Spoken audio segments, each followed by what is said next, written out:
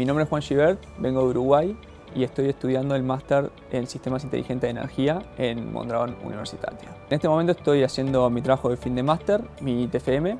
Estoy colaborando con el equipo de mecánica del fluido de la universidad que está estudiando lo que son tecnologías de hidrógeno. Mi tarea en este TFM es poner en funcionamiento dos electrolizadores que la universidad adquirió recientemente y finalmente hacer ensayos vinculados a la compatibilidad entre fuentes de generación renovable y las tecnologías de hidrógeno con estos electrolizadores. Para eso yo lo primero que estoy haciendo es trabajar con este equipo de aquí, que es un electrolizador de 500 watts, vendría a ser algo a muy pequeña escala. Luego de eso voy a pasar al otro equipo, que es un electrolizador de 25 kilowatts, que ya vendría a ser algo de una escala intermedia en comparación con lo que se puede ya instalar bajo un molino. Poder estudiar con equipos reales, ensayos y demás es algo que para mí ha sido fundamental para poder conocer a fondo estas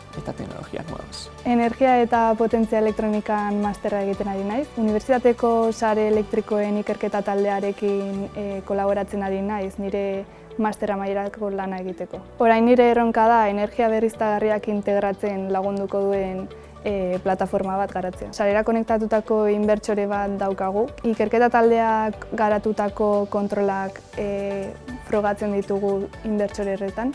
Eta bere erantzuna gure birtualki daukagun sare elektrikora eramaten dugu. Daukagun sare elektrikora ezin dugu konektatu.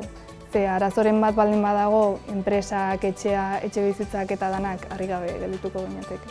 Orduan guk sortutako sare elektrikoaren simulazioa erabiltzen dugu, integratu nahi ditugun elementu horiek frogatu ahal izateko. Energia berriztagarriak geroz eta indartsuago datoz, eta sare elektrikoa egokitu egin beharko da elementu berri hauentzako. Eta nik uste dut ateak irekiko dizkidala lan asko egiteko dagoelako sail honetan.